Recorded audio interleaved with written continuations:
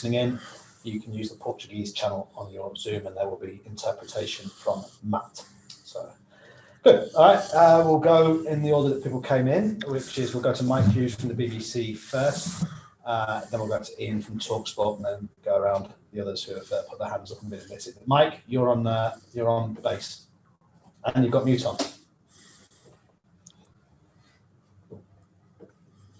There you are. Hi there, Jurgen. Hi, Mike. Excellent start to the season overall, particularly coming into the second round of the Champions League group games. How much of a concern, though, was Saturday in terms of the defensive frailties and unusually for Liverpool, a lack perhaps of defensive composure? Yeah, it's not that much a concern because you can make, well, I don't think you should make these things bigger than they are, but we have to show reaction, and that's for sure. So I think it's really tricky to win a game, a football game, when you are not defending on your highest level. And that's what we didn't do. I know in the common opinion, it's always that we talk then about only the last line, but it was not only that problem. We had, in general, a problem with our defending, and that's why Brentford caused us some problems, and that's not good. Porto is a different team, obviously. Will play a different style, but will go direct as well. Will go for second balls as well. So yeah, we have to improve in that department for sure, but it's not now the moment for being concerned or whatever. It's we spoke about it obviously, and we know we cannot do it like that. So I think we sorted that, and we have to show that tomorrow. That's right. You have plenty of experience of coming up against Porto in the Champions League, and you've got a good record as well against them. How different is this Porto side and the way they're set up? How different is it to the last one you faced? Porto always changed a little bit because they have obviously going players out and coming players in. Still the same manager. It's not an advantage at all that we won the last two games there. Absolutely not. Because you only have to think yourself in the position of the opponent. The first thing you want to do is make sure that similar things will not happen again. So that makes the job not easier for us. But it's not about that. We are not like that. We don't think about the last two games we played there. We think about this game, and they have obviously different opportunities to set up, lineup wise, system wise, and we have to prepare for that. So usually they play the 4-4-2, but they changed already to a 4-5-1 in moments. They can then obviously play with two strikers, which is a difference, or plays Corona as a winger or as a fullback. There are different options they have, and we have to be ready for that. But that's the plan. We don't have a lot of time, obviously. We had yesterday recovery, today second-day recovery. Tomorrow we cannot really train there because all the people in Porto are then are still Portuguese, so we cannot really do. Even when we train at Boa Vista or wherever, the information will get out. So we cannot do shape or something like that tomorrow morning. So we have to do everything today in a light version and make sure that we are ready tomorrow. Thank you, Mike. We'll go to Ian from TalkSport, and then we'll go to Carl Markham from Press Association. Thanks, Matt. Hi, Jurgen. How are you? Hi, I'm good, Ian. How are you? I'm very well, thank you. I know you just said that the last two victories don't really count for very much, but you've scored 9 goals in those 2 trips to Porto. So it must give you a lot of confidence, a lot of really good vibes going back there. Nope. We came there last year the last time when we came there, we didn't think about the game before when we won there 5-1 because it just makes no sense. We all know most of the games can go either way. That's how it is. There are decisive moments in the game where you have to score. If you don't score, but they score in a decisive moment. Yes, we were good. We are good. That's all clear. But they are a top side, no doubt about that. They qualify year in year out for the Champions League. They are always first or second in the Portuguese league. That's a top team, and that's what we are preparing for. Not for a team we beat in the past. That's why I said for us it's not an advantage. For them, of course, it's for sure another reason for being motivated on the highest level. That's clear. So that's the situation. We cannot change that. I'm still happy that we won the games when we were there, but we don't think we won this game already halfway or whatever. We know it will be tricky. And obviously, if you win, it gives you a big advantage in the group, doesn't it? To starting with 6 points, it gives you a little bit of leeway, a little bit of wiggle room, as we would call it. How do we call it? Wiggle room. Sorry? Wiggle. Wiggle room. Yeah. I don't know the word. I don't know the situation. Counting on points you don't have already. Really never did that. Don't understand it. Don't know how it works. This is a tough group, obviously, and we should not waste time to get as many points as possible. But that means nothing. The game at Atletico, which we obviously, Atletico Porto, which we obviously watched, that was a tough one. If one team would have deserved to win it, it would have been Porto. So it says a lot about the Spanish champion. Not sure if they're top of the table at the moment, probably maybe not. But so that says a lot.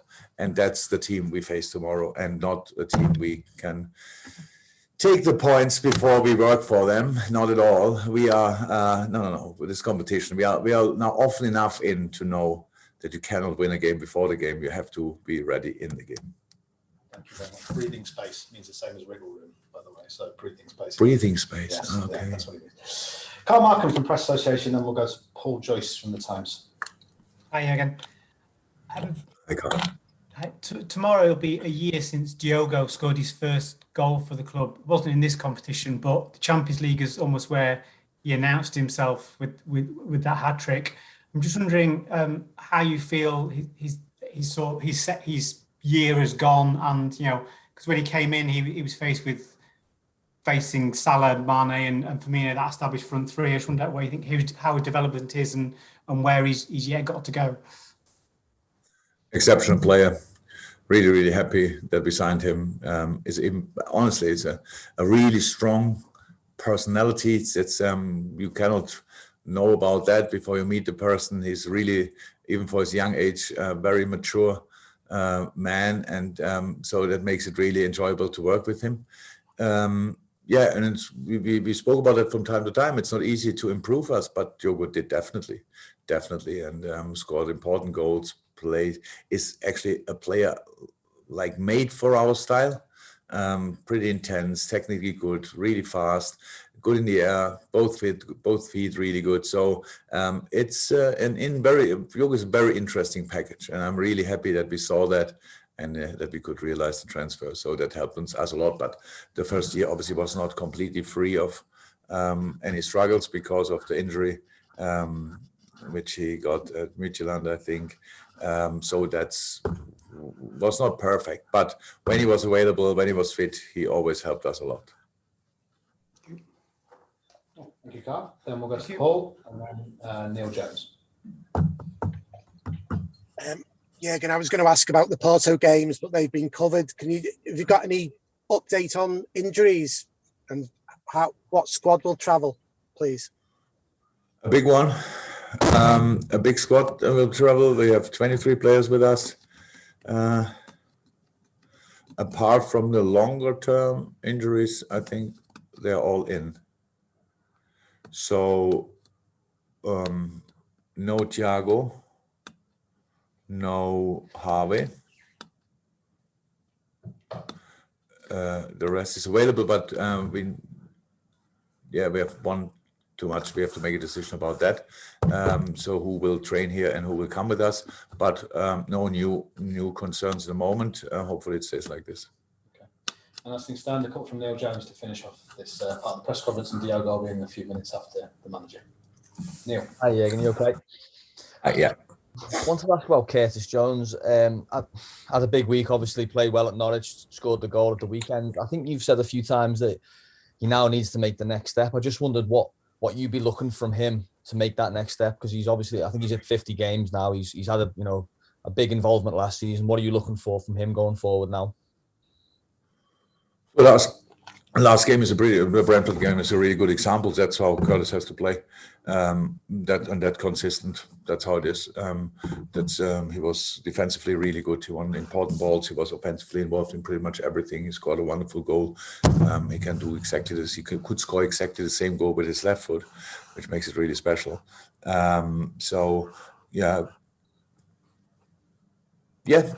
play like this and better, obviously, and everything is fine. So that's the situation. But it's in midfield, when there's these really rare moments when they're all fit, then I have to make a few decisions. And then it's about the players that you are involved in, the 3 or 4 or whatever, how many player or midfielders we line up.